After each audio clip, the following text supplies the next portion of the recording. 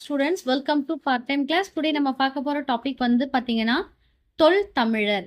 தொல் தமிழர் இது வந்து 2ஆம் ஆண்டு 3ஆம் பருவம் செகண்ட் இயருடைய தேர்ட் செமஸ்டர் தான் நம்ம பார்க்க போறோம். அதனுடைய தமிழ் சிலபஸ் பார்க்கலாமா? குட்டி பையன் அப்பப்போ புக் எடுத்துக்கிறான். இப்போ அவனுக்கு புக்கு கொடுத்து உட்கார வச்சாச்சு. இப்போ வாங்க நம்ம லெசன் பார்க்கலாம். தொல் பழங்கால வரலாறும் சங்ககால வரலாறும். இந்த அலகு 1ல இந்த 5 டாபிக் அவங்க கவர் பண்ணியிருக்காங்க.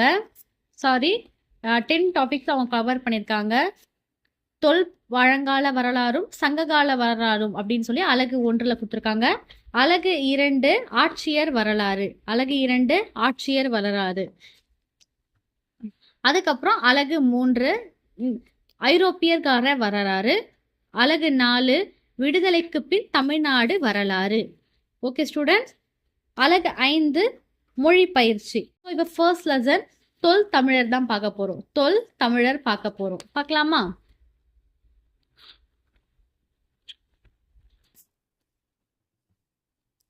தொல் தமிழர் அறிமுகம்.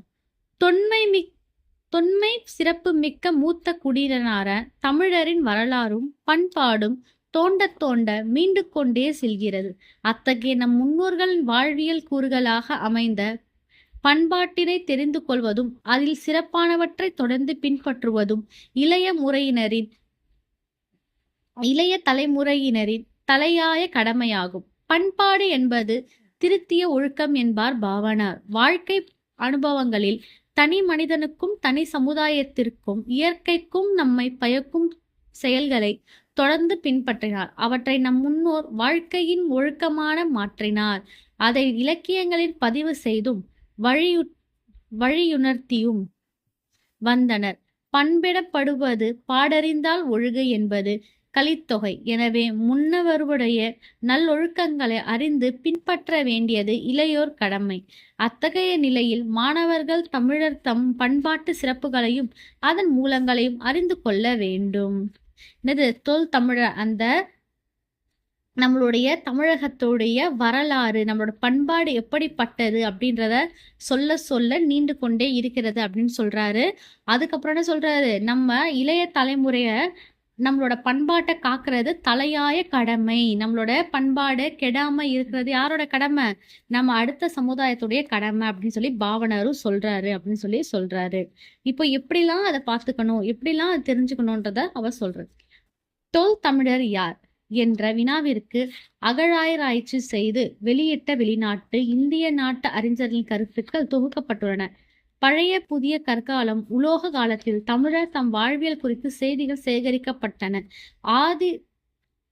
ஆதிச்சநல்லூர் முதல் கீழடி வரையிலான ஆராய்ச்சிகளின் வழி அறிவியல் ஆகும். தமிழரின் வாழ்க்கை முறைகள் பண்பாடுகள் விளக்கப்பட்டுள்ளன.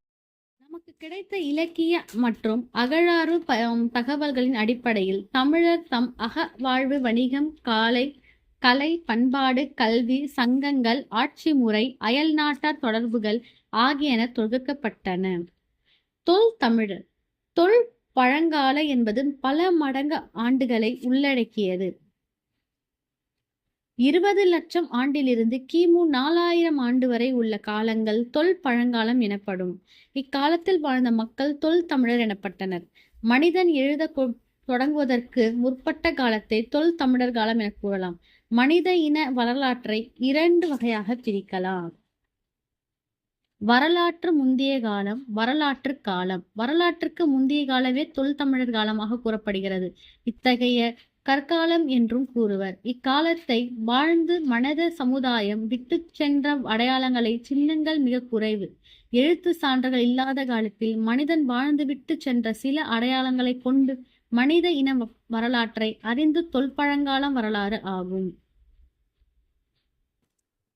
மனிதன் கற்கருவிகளை பயன்படுத்திய காலம் கற்காலம் எனப்பட்டது. ஏறத்தாழ 5000 ஆண்டுகளுக்கு முன் மக்கள் எழுத தொடங்கியதாக வரலாறு ஆய்வாளர்கள் கூறுகின்றனர். உலகம் தோன்றிய காலத்தில் இருந்து பல ஊழியர்களை சந்தித்துள்ளது. பரிபாடலில் கீரந்தையார் 5 ஊழிவற்றை குறிப்பிடுகிறார். காற்று, தீ, மழை, வானத்தில் ஏற்படும் மாற்றங்கள் மற்றும் உருவமற்ற ஊழி ஆகியவற்றை பற்றி கூறியுள்ளார். ஊழி என்றால் கால அளவை என்று பொருள்.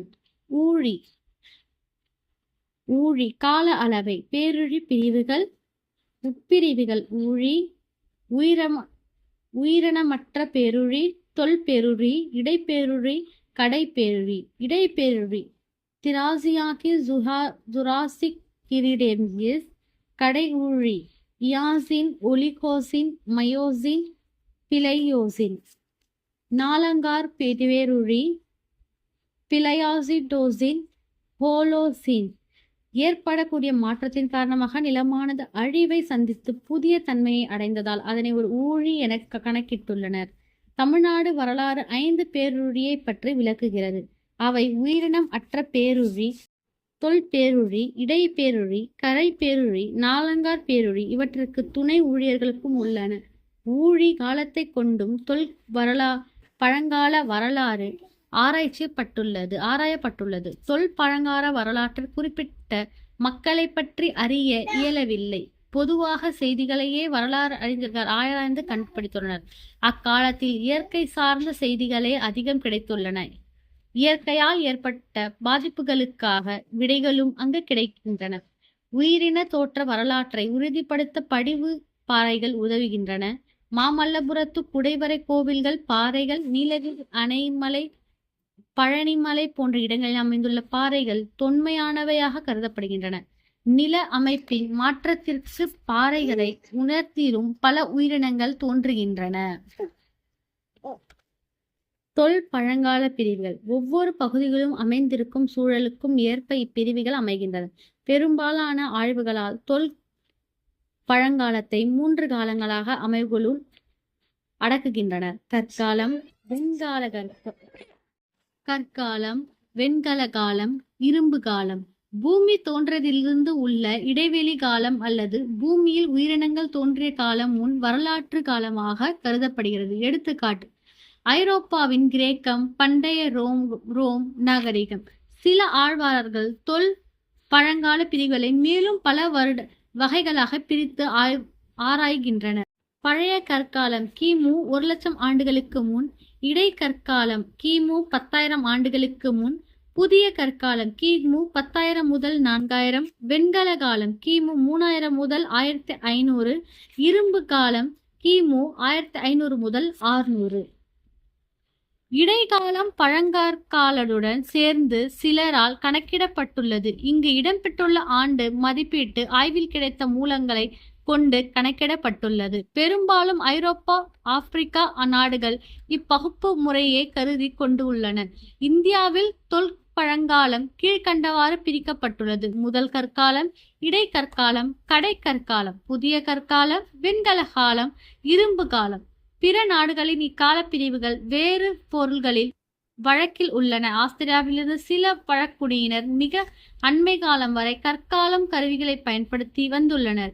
எனவே கால வரலாற்றை சூழலை வைத்து ஆராய வேண்டும். இதோட நம்மளோட ஃபர்ஸ்ட் லெசன் தமிழர் அப்படின்ற லெசன் முடிஞ்சிருக்கு. அதுக்கப்புறம் பழைய கற்காலம், புதிய கற்காலம் அப்படின்ற 2 டாபிக் இருக்கு உங்களுக்கு அலகு 1ல். ஸோ அதை நான் நெக்ஸ்ட் வீடியோவில் உங்களுக்கு அப்லோட் பண்ணுறேன். இதோட கொஸ்டின் ஆன்சர்ஸ் 2-3 மார்க்ஸ் வேணும் அப்படின்னு நினச்சிங்கன்னா நீங்கள் கமெண்ட் பண்ணுங்கள். நான் அதில் ஒன்று ஒன்றா எக்ஸ்பிளைன் பண்ணி உங்களுக்கு சொல்லித்தரேன். ஓகே ஸ்டூடெண்ட்ஸ், தேங்க்யூ ஃபார் வாட்சிங்.